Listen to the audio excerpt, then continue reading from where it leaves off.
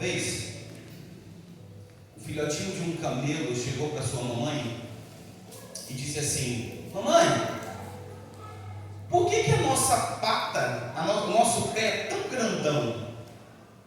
A mãe olhou para ele e disse assim: filho, é porque para caminhar na areia do deserto, se o nosso pé for pequeno, ele afunda. E a gente não consegue caminhar. Então o nosso pé é grandão para que a gente pise na areia e a gente não venha a afundar.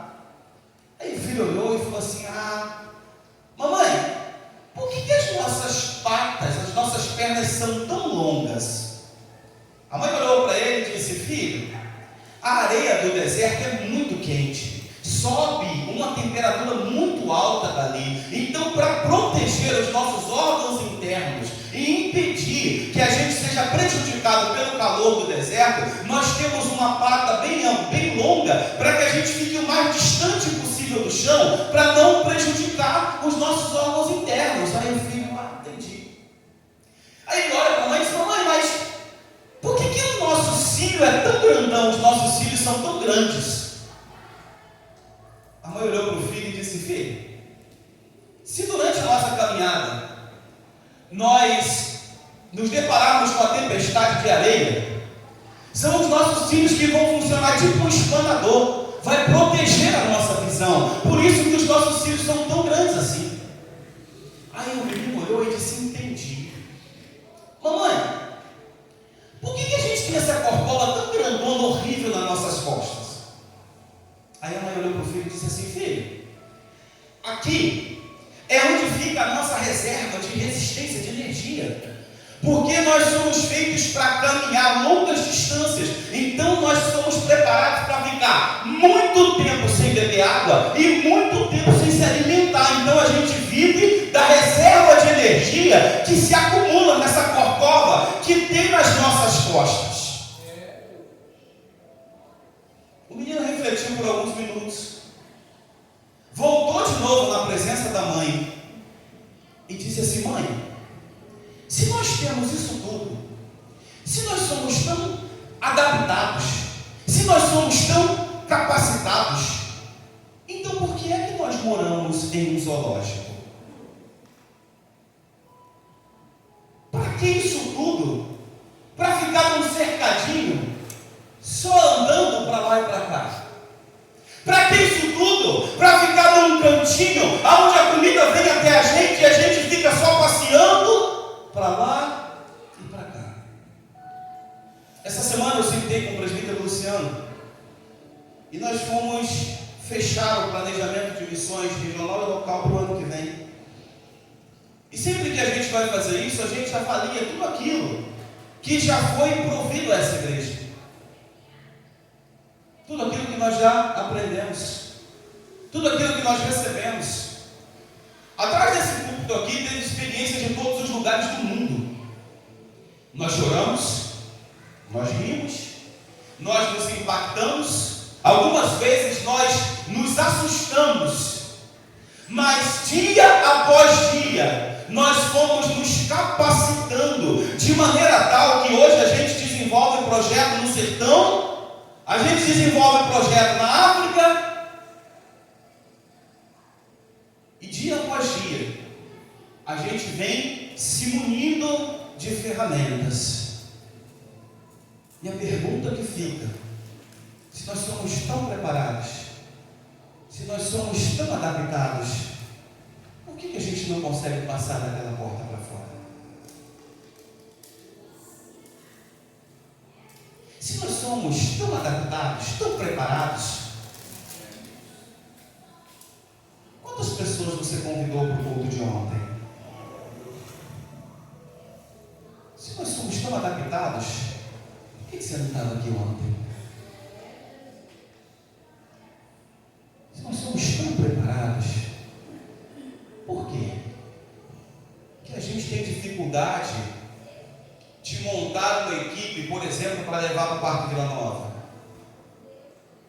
Por que acontece de chegar B para mim e dizer assim: olha, eu, A, B e C, vão para o Parque Vila Nova, prepara um carro para a gente?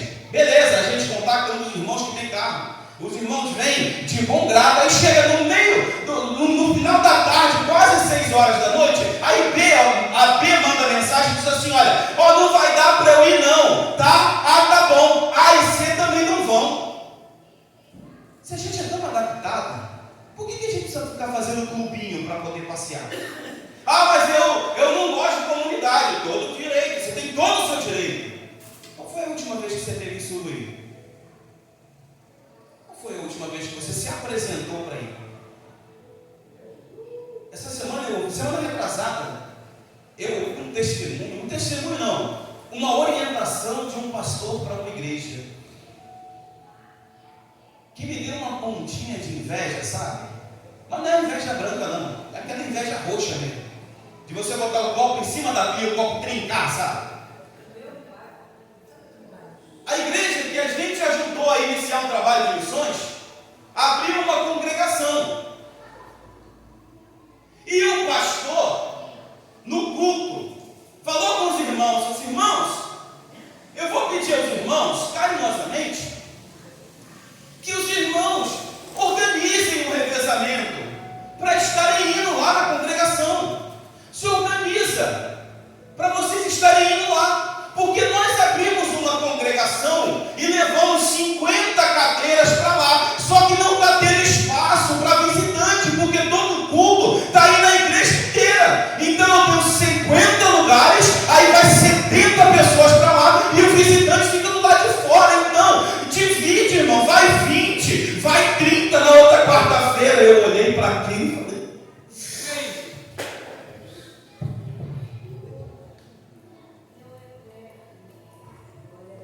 esquematize, irmão. Vai 20 numa quarta, 30 na outra, para ter espaço, porque na inauguração tinha 120 pessoas dentro daquele lugar, e não cabe, não tem espaço. Aí talvez você queira dizer para mim assim, evangelista, mas eu tenho muitos problemas. Você não sabe como é que é a minha vida. Você não sabe como é que é o meu dia a dia. Você não sabe a situação que eu passo dentro da minha casa. Olha o testemunho da irmã aqui. Olha o testemunho da irmã aqui. E a gente imagina o que é um milagre, gente. Sabe o que é um milagre na nossa cabeça? Um milagre na nossa cabeça é um paralítico andar. Isso é um milagre. Um milagre na nossa cabeça é um surdo ouvir, voltar a ouvir. Isso é um milagre. Um cego voltar a enxergar é um milagre. Mas o sorriso no rosto do irmão que não tem o que comer em casa também é um milagre. A irmã que encontra forças para vir na igreja, buscar ao Senhor, sem saber a resposta, mas está aqui, isso também é um milagre. O que a gente vivenciou essa semana com o presbítero Luciano, testemunhou aqui, também é um milagre, porque foi eu que ouvi do médico, ele falou mais 5 minutos, e ela não chega com vida. Chegamos lá, o pessoal da triagem liberou ela, isso não é, que o médico estava passando. Ele fez isso aqui, olhou para ela, mexeu na vista, falou, prepara uma guia de internação para ela. Aí ela falou, não, mas não é especialidade não. Ele disse, você sabe o que é preparar uma guia de internação? Sobe com ela. Vamos, foram 11 dias naquele hospital. E eu não posso nem dizer que não viraram ela pela vez, porque viraram. Mas foi tanto exame que ela fez, para que ela pudesse se recompor. Desses 11 dias eu passei aproximadamente 4 dias lá, direto. E nós fomos visitados pelo grupo Vozes do Coração. Depois eu boto o vídeo no grupo. Eles foram cantar. E eles chegaram, a companheira do quarto dela era evangélica.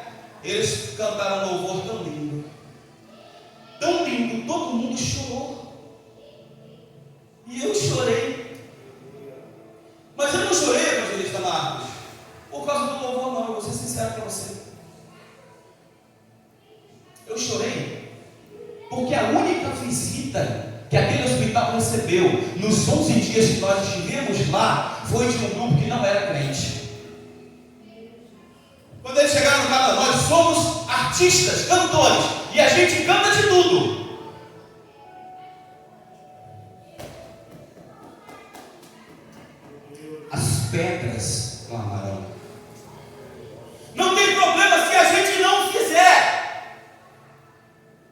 Mas Deus queria tanto que você fizesse. Não tem problema se você não se apresentar, mas Deus queria tanto que você se apresentasse. Ah, evangelista, como eu ouvi aqui uma vez, minha irmã, ninguém é insubstituível, e isso é verdade. Mas tem pessoas que quando são substituídas fazem tanta falta, porque são especiais, porque são verdadeiros milagres de Deus. Vou falar algo sem medo de errar. As nossas famílias estão sentadas aqui. E se fosse dado a qualquer um de nós o dever, a obrigação de retirar qualquer pessoa que está sentada dessa aqui do corpo da igreja, nós não conseguiríamos fazer. Se conseguíssemos, não deveríamos estar aí. E Deus não erra. E Deus não erra. Ah, está difícil demais, evangelista. Eu falei sexta-feira no Parque Vila Nova. Eu estava quase 70 horas sem dormir. Chegamos lá no Parque Vila Nova, surpresa, uma fase da energia tinha caído. Só tinha luz de um lado da rua. E não era o nosso lado da rua. Tudo normal, daqui a pouco apagava uma luz, apagava outra, desligava o microfone, apagava tudo. E eu falei, vou repetir aqui. Eu estava moído, quebrado. E eu falei para eles, é bom que o inferno aproveite. Aleluia.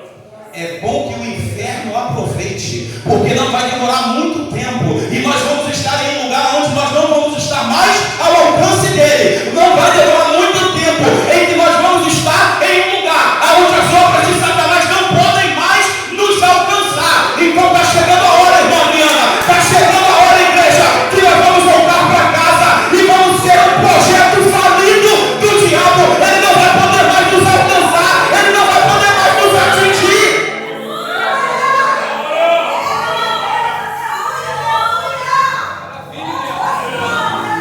E posso dizer, falta pouco. Quando Deus entrega a revelação para Daniel, ele diz assim, Daniel, sela o livro dessa profecia e fecha, porque ainda não é chegado o tempo. Quando ele entrega a revelação do Apocalipse para João, ele vai dizer, João, não pode alterar um jota dessa profecia, mas não sela não, deixa aberto, porque o tempo está próximo. Daqui a pouco a gente está chegando em casa, daqui a pouco tudo isso vai passar, mas nós temos que estar posicionados para ser aprovados. Nós não vamos chegar se nós não estivermos em guerra. E sabe o que me preocupa? Nem todos de nós estamos. Tem gente que não está aqui hoje porque estava ontem. Nem todos nós estamos em guerra. É bom que o inferno aproveite, porque o tempo dele está acabando.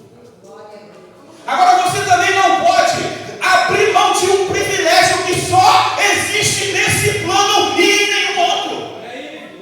Está difícil, está doendo, está sangrando, eu estou cansado, eu estou sendo atacado, eu estou sendo fascinado pelo inimigo. Aqui, nesse plano, é o único lugar que você tem o privilégio de adorar a Deus em meio às dores. É só aqui. Então você que gosta de louvar, e eu também gosto, ainda que a figueira, como é que é? Não floresça. Como é que você está lá? Como é que é?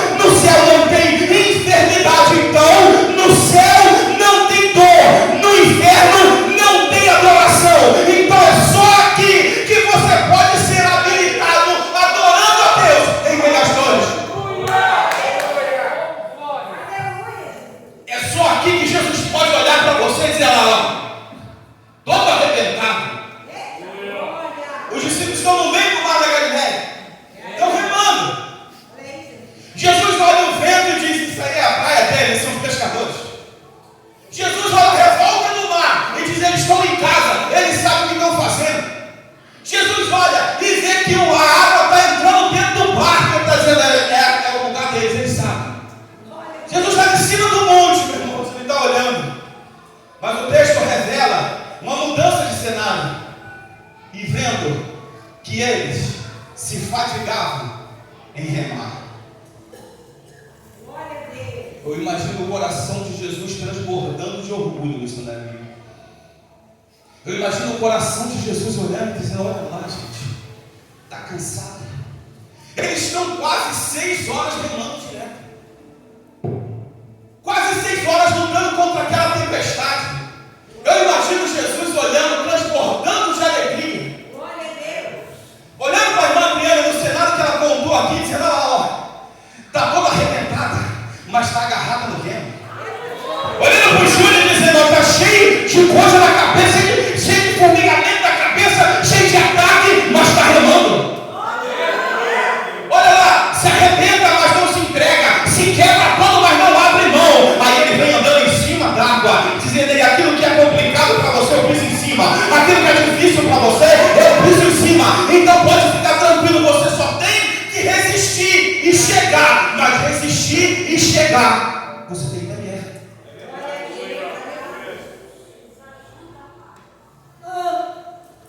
Problema toda a igreja tem. Tem, mas não deveria. Sabe por que tem? Sabe por que tem bate-boca? Sabe por que tem tititi?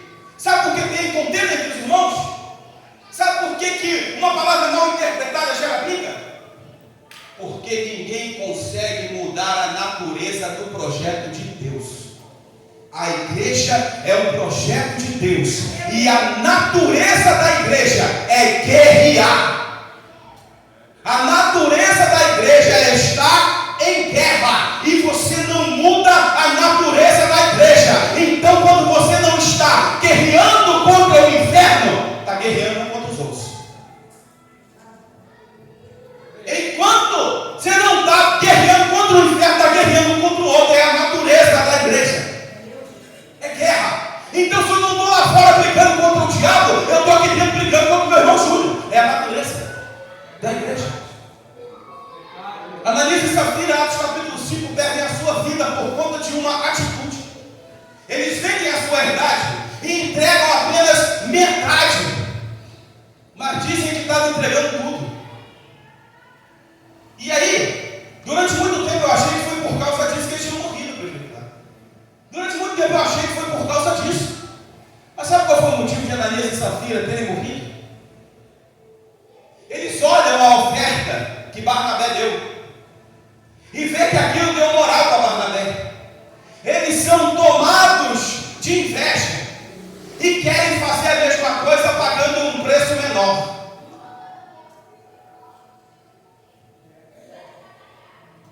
Querem fazer a mesma coisa pagando um preço menor. A ordem que a igreja recebe de Jesus é: ficai em Jerusalém. Lá no Parque Vila Nova, quarta-feira, nós estamos estudando a viagem da igreja de Jerusalém a Roma. A ordem que a igreja recebe: ficai em Jerusalém. Mas é só até que do alto seja revestido de poder. Depois que você é revestido de poder, ide por todo mundo e pregai o evangelho a toda criatura. Se Ananias e Safira estivessem cumprindo o ide, eles não iam ver a oferta que Barnabé deu. Mas como estava sem fazer nada dentro da igreja, prestando atenção na vida do outro, como estavam ociosos, observando o que o outro está fazendo, perderam a própria vida. E Pedro ainda diz: não precisava, não tinha necessidade. O importante, irmãos, é que você esteja em guerra. Porque na verdade você sempre vai estar em guerra, porque é a natureza da igreja. O que você tem que escolher bem o seu adversário, porque quem não guerreia contra o inferno, guerreia contra o irmão. Está no sangue. Está no sangue. O texto que nós lemos, Paulo está dando uma resposta. É aqui que eu quero chegar com você. Lá em Apocalipse são escritas 7 cartas. A primeira carta é escrita à igreja de Éfeso. E a igreja de Éfeso, ela recebe elogio e recebe crítica. O que interessa para a gente é o elogio que a igreja de Éfeso vai receber. Jesus diz: olha, você achou os falsos mestres mentirosos e resistiu. Você não cedeu o teu púlpito para os falsos ensinamentos. A história vai dizer que esses falsos mestres, eles expulsos da igreja de Éfeso, eles vão para Corinto. E em Corinto, eles vão ter espaço. Em Corinto, a igreja vai dar ouvido a esses falsos mestres. E eles começam a atacar o ministério de Paulo, e dizendo que Paulo não é um homem segundo as ordenanças de Deus, que Paulo não é habilitado para estar na liderança da igreja, e começam a criticar, e isso chega até o ouvido de Paulo, e Paulo vai, para responder a esse ataque dos falsos mestres, ele vai escrever a segunda carta aos Coríntios. E aqui, no texto que nós estamos lendo, Paulo vai combater os ataques que ele está recebendo. E ele diz uma coisa interessante aqui no verso 17, ele diz: ó, não que digo, o que digo, não digo segundo o Senhor, mas como loucura. Olha o que ele está dizendo. Irmãos, eu vou dizer algo agora aqui para vocês, mas não está de acordo com os padrões divinos. Imagina que eu fiquei doido. E Paulo começa, ele desce ao nível dos falsos mestres e começa a debater com eles naquilo que eles vêm criticando a Paulo. Aí Paulo vai dizer: imagina, a nossa luta não é contra o quê? Por quê? Porque contra a carne dá empate, meu irmão. É isso que Paulo está dizendo. Paulo está dizendo aqui que contra a carne dá empate. São hebreus, eu também sou. São israelitas, eu também. São descendência de Abraão, também eu. São ministros de Cristo. Aqui é que vem o ponto aonde Paulo vai dizer: carne contra carne, eu sou igual a você. Agora, obra contra obra, vocês tinham que ter suado mais a camisa para vir me criticar. E Paulo abre a caixa de ferramentas mostrando quem ele é, dizendo: imagina que eu estou ficando doido e estou me gloriando. Faz de conta que eu perdi a noção das coisas e estou aqui me gloriando. Mas aquilo que eles dizem que fizeram, eu fiz mais. E ele fecha para a gente importar, dizendo: Deus, o Pai do nosso Senhor Jesus Cristo, que é eternamente bendito, sabe que eu não estou mentindo. Irmãos, e nós? Se alguém chega na sua lata, com todo respeito, e diz que você não é crente coisa nenhuma,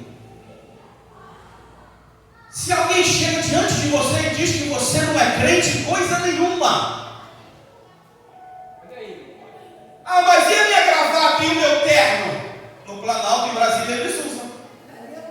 Mas o tamanho da minha Bíblia bonita, o diabo também manuseia. Como é que ele tentou Jesus? Faz, porque está escrito. Mas a minha teologia, o diabo também tem. Ei, o mundo também tem. Já contei aqui uma vez, Gerardo Danão, a gente foi evangelizar um homem maltrapilho, todo sujo, tá vendo? Todo sujo. Entregamos um panfleto, o cara levantou e ficou 25 minutos tacando Bíblia na nossa cara. Não, porque Josué diz isso, Isaías diz aquilo, e eu pensando: gente, me dá uma caneta aqui, pelo amor de Deus, alguém grava isso. Não, porque Mateus, porque isso, porque aquilo. E ele terminou dizendo: eu sei o que a Bíblia tem para mim, eu vou para o inferno por uma opção minha. Então não adianta a tua roupa bonita no culto de domingo, não adianta a tua Bíblia grandona para o teu vizinho ver, não adianta. Paulo vai nos ensinar que se combate esse tipo de apontamento é apresentando aquilo que nós fizemos na presença do Senhor. O que você tem para apresentar, meu irmão? O que tem escrito no capítulo 11, verso 16 da tua carta aos Coríntios? O que tem escrito no capítulo 11, do verso 16 da tua carta aos Coríntios? Mas no dia da reunião, eu me posicionei.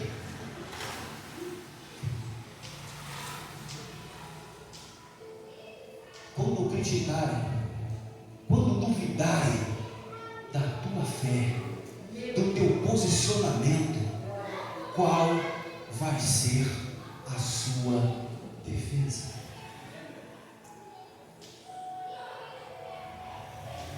Teve um culto lá do sertão, lá da igreja, aí o diabo olha para você e diz: teve, só que você não foi. Não, mas teve lá, não teve, mas você não estava. Não, mas a minha igreja é envolvida com missões, mas você não é. Não, mas a minha igreja evangeliza, mas você não vai. A minha igreja de vez em quando faz campanha, uma semana inteira de oração. Tu vai no primeiro e no último dia, depois não vai mais. O que está escrito na tua resposta aos falsos mestres, quando eles apontarem para você e dizer que você não é crente coisa nenhuma, porque guerrear é você determinar e apresentar qual é o lado que você está postado como soldado, e como é que você vai identificar o lado que você está guerreando? Em cima do muro, vai, fica em cima do muro. Paulo prefere se passar por louco. Ele está dizendo aqui, olha, me tenham como louco. Eu não estou falando isso segundo os padrões divinos, não. Eu estou falando como se eu tivesse perdido a minha razão, mas aquilo que eles estão dizendo que fizeram, eu fiz mais.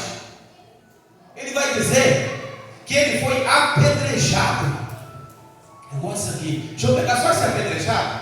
Paulo está pregando na província de Listra.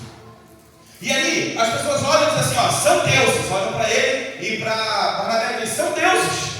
E começam a endeusá-los. E começam a querer adorá-los.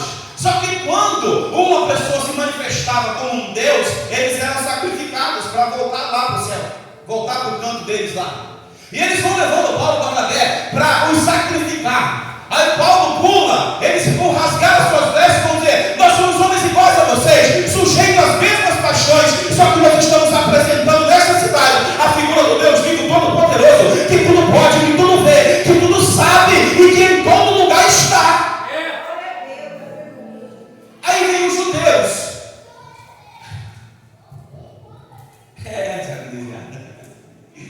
Fogo amigo. Até o capítulo 25 de Atos, você não vai ver o mundo perseguindo a igreja. Antes do capítulo 25 de Atos, quem persegue a igreja é a igreja. O mundo diz: deixa eles embora. A igreja se levanta e diz: não, vamos apedrejar eles. Eles apedrejam Paulo até, na visão deles, até a morte. E eles, achando que Paulo estava morto, eles pegaram Paulo e saíram arrastando Paulo e jogaram o corpo dele fora da cidade. Aí, você vai em Atos 14, 20, está escrito assim: mas rodeando os discípulos. Então os discípulos fizeram uma rodinha em volta de Paulo e ficaram olhando. O que será que tinha naquela rodinha ali te falando, hein? Sabia que não ia longe? Não tô. Falei? Não dizia que Deus estava com ele? Tanta pose, tanta pompa, olha como é que acabou. Aí, quando o projeto era grande, olha onde veio parar. Primeira viagem missionária, deu nem para o gasto.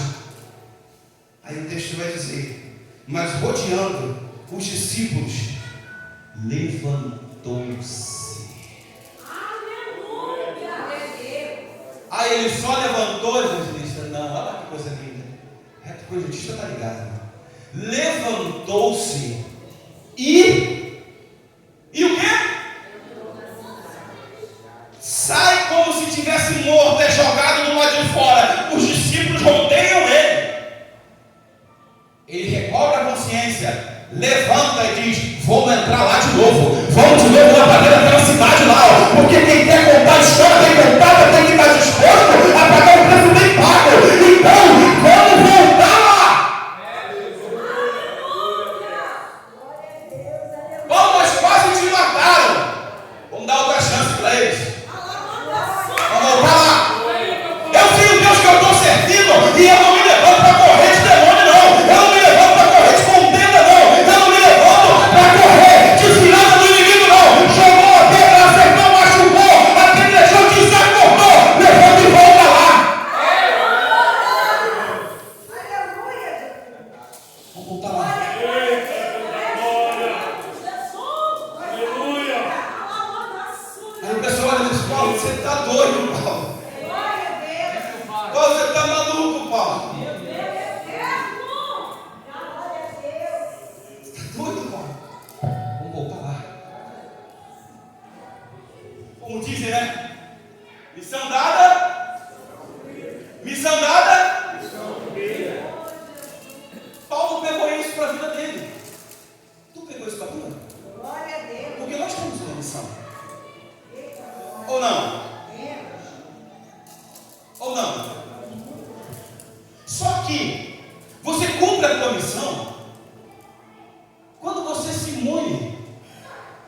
pessoas que tinham data.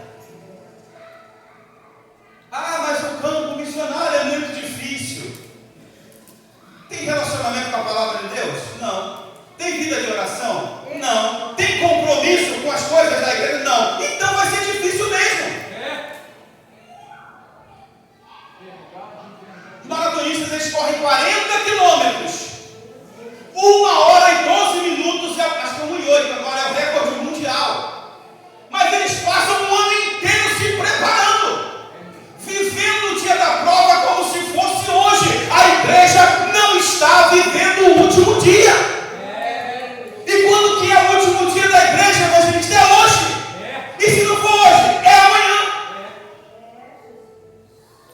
Nós temos que nos posicionar para viver o último dia. Jesus volta quando? Hoje. Jesus volta hoje. Para mim é hoje. Para você tem que ser hoje. Se não for, é amanhã. Eu tenho que estar o tempo todo preparado para a volta dele. Charles Spurgeon, uma vez ele foi fazer uma oração na casa de uma senhora que estava em fase terminal. Ele foi, isso é real essa história, ele foi orar pela irmã, e uma coisa chamou a atenção dele, um quadro. Aí ele olhou e disse assim: irmã, que quadro é esse aí na sua parede? Ela, isso aí é um papel que o meu patrão me deu, eu achei tão bonito que eu botei na parede. Ele se aproximou, disse assim: irmã, isso aqui é um testamento, dizendo que o teu patrão não tinha parente nenhum e deixando para a senhora todas as fazendas, todo o dinheiro e todos os bens que ele tem. Ela olhou para ele e disse: mas agora não adianta, né? Eu só tenho algumas horas de vida. Ele orou por ela, vivendo uma vida miserável. Ele orou por ela. Ela não tinha o que comer em casa, ela não tinha uma roupa decente para se vestir, ela não tinha uma casa decente para apresentar. Ele orou por ela e algumas horas depois ela morreu. Vem comigo para o mundo espiritual no segundo. Sabe quem é essa mulher? É a igreja do Senhor Jesus. Quase 33 mil versículos, mais de 8 mil promessas, e você ainda não sacou uma da que tem aqui.